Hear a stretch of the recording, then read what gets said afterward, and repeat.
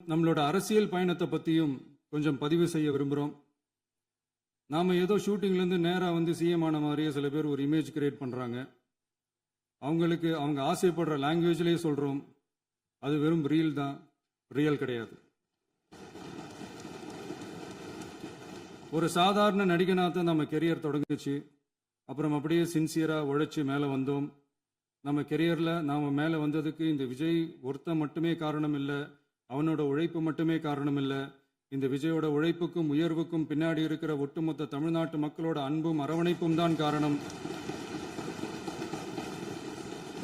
ஒவ்வொரு வீட்டில் இருக்க ஒவ்வொருத்தரும் நம்மளை அவங்க வீட்டில் ஒருத்தனா ஏற்றுக்கிட்டது தான் நமக்கு கடவுளும் மக்களும் தந்த மிகப்பெரிய வரம். அதுக்காகவே கடவுளுக்கு சமமான நம்மளோட சொந்தங்களான தமிழக மக்கள் அனைவருக்கும் மீண்டும் மீண்டும் நன்றி. இப்படி நம்மளை தாயன்போடு அள்ளி அரவணைச்ச தமிழ்நாட்டு மக்களுக்கு நாம் எப்படியெல்லாம் துணையாக இருந்தோம், எப்படியெல்லாம் மக்களோட மக்களாக இருந்தோம்னு சொல்கிறேன்.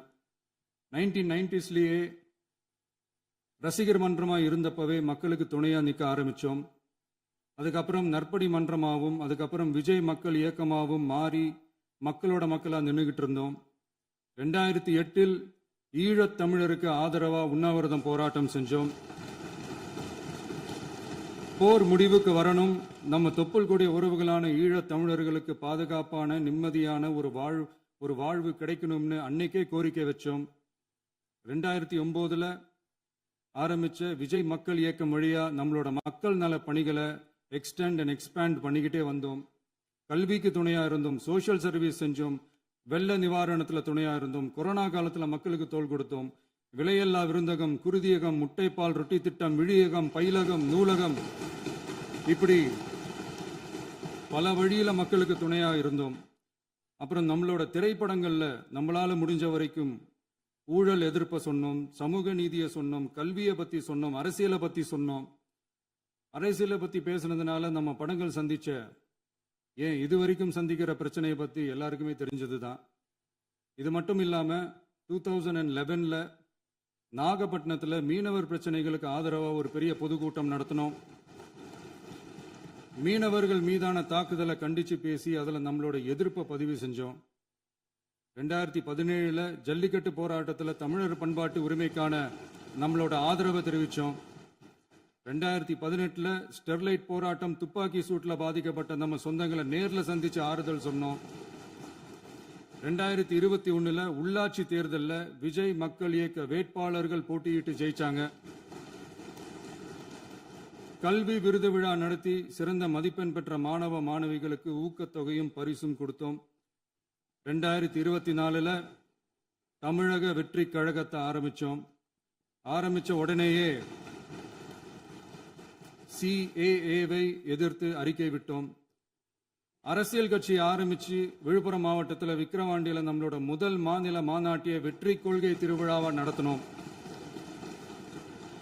தந்தை பெரியார், பெருந்தலைவர் காமராஜர், அண்ணல் அம்பேத்கர், வீரமங்கை வேலுநாச்சியார், மக்கள் சேவகர் அஞ்சலை அம்மாள்னு நம்மளோட 5 கொள்கை தலைவர்களை அறிவிச்சோம். இந்தியாவிலே 2 பெண் ஆளுமைகளை கொள்கை தலைவர்கள் அறிவிச்ச ஒரே கட்சி நம்ம TVK மட்டும்தான் என்ற பெருமையோடு அறிவிச்சோம். பெரியார் சொன்ன மாதிரியே அவர் சொன்னதில் நமக்கு ஏற்புடையதை மட்டும் எடுத்துக்கிட்டோம்.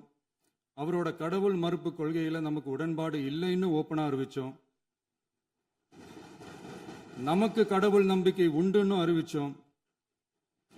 யாரோட நம்பிக்கைக்கும் நாம் எதிரானவங்க இல்லைன்னு தெளிவா அறிவிச்சோம். பெண் கல்வி, பெண்கள் முன்னேற்றம், சமூக சீர்திருத்தம், சமூக நீதி, இப்படி பெரியாரோட கருத்துக்களை நிறையவே ஏத்துக்கிட்டோம்னு அறிவிச்சோம். அண்ணல் அம்பேத்கரோட சம வாய்ப்பு, சம நீதி, சமத்துவத்தை ஃபாலோ பண்ணுவோம்னு அறிவிச்சோம். பெருந்தலைவர் காமராஜரோட மதச்சார்பின்மையை ஏத்துக்கிட்டதோட அவரோட நேர்மையான நிர்வாகத்தையே ஒரு கொள்கையா ஏத்துக்கிட்டோம்னு அறிவிச்சோம். வீரமங்கை வேலு நாச்சியாரோட மண் மீட்பையும் சமூக நல்லிணக்கத்தையும் பின்பற்றுவோம்னு அறிவிச்சோம். மக்கள் சேவகர் அஞ்சலை அம்மாளோட விடுதலை வேட்கையையும் மக்களோட வாழ்வாதாரத்துக்காக உறுதியாக நிற்கிறதையும் பின்பற்றுவோம்னு சொன்னோம். எல்லாருக்கும் எல்லாமும் கிடைக்கணும், எம் மதமும் நம் மதம்னு சொல்லி மதச்சார்பற்ற சமூக நீதி தான் நம்ம கொள்கைன்னு அறிவிச்சோம். நம்ம கொள்கை எதிரி யாரு, அரசியல் எதிரி யாருன்னு ஓப்பனா அறிவிச்சோம். எல்லாத்துக்கும் மேல பிறப்புக்கும் எல்லா உயிர்க்கும்ன்றத நம்மளோட அடிப்படை அரசியல் கோட்பாட்டா அறிவிச்சுட்டு தான் அரசியலுக்கே வந்தோம். நம்ம மதுரை மாநாட்டில் நம்மளோட தேர்தல் அரசியல் மற்றும் ஆட்சி அதிகார அரசியல் வழிகாட்டியா அறிஞர் அண்ணாவையும் புரட்சி தலைவர் எம்ஜிஆரையும் ஏத்துக்கிட்டதா அறிவிச்சோம். அப்புறம் இன்னனையும் நாம இங்க பதிவு செஞ்சே ஆகணும். எல்லாரும் கட்சி ஆரம்பிச்சுட்டு தான் ஒவ்வொரு வீட்டுக்குள்ளேயும் போவாங்க. ஆனா நாம ஒவ்வொரு வீட்டுக்குள்ளேயும் போனதுக்கு அப்புறம் தான் கட்சியவே ஆரம்பிச்சிருக்கிறோம். ஒவ்வொரு வீட்டில் ஒவ்வொருத்தரும் நம்மள அவங்க பிள்ளையா, மகனா, அண்ணனா, தம்பியா ஏத்துக்கிட்டதும் இயல்பா நடந்துச்சு. தமிழ்நாட்டு மக்களோட மனசுக்குள்ள போறதுக்கு நாம பட்ட பாடு நமக்கு மட்டும்தான் தெரியும். இதெல்லாம் புரிஞ்சாலும் புரியாத மாதிரி இருக்கிறவங்க தான் நம்மள நடிகன் என்று சொல்லியும், நம்ம கட்சியை நடிகன் கட்சின்னு சொல்லியும் சில நக்கல், நையாண்டி இதெல்லாம் பேசுவாங்க. அதை பத்தி நமக்கு கவலை இல்லைன்னு. இப்படி நம்ம அரசியல் பயணம் ரொம்ப டிரான்ஸ்பரண்டா தான் ஆரம்பிச்சிருக்கு. இந்த 2026 தேர்தலில் கூட்டணியே இல்லாமல் தனியா நின்னோம். மக்கள் நம்மளை தெளிவா புரிஞ்சுக்கிட்டதாலையும் நம்ம டிவிகே தோழர்களோட உழைப்பாலையும் நாம 35% வாக்குகளை வாங்கினோம். 1,72,00,000 வாக்குகளோட தமிழ்நாட்டிலேயே தனி பெரும் கட்சியா வந்தோம். தமிழக மக்களாலையும் நம்மளோட ஆதரவு இயக்கங்களாலையும் இதோ இன்னைக்கு இங்க நம்ம டிவிகே ஆளும் கட்சியா உட்கார்ந்துருக்கிறோம்.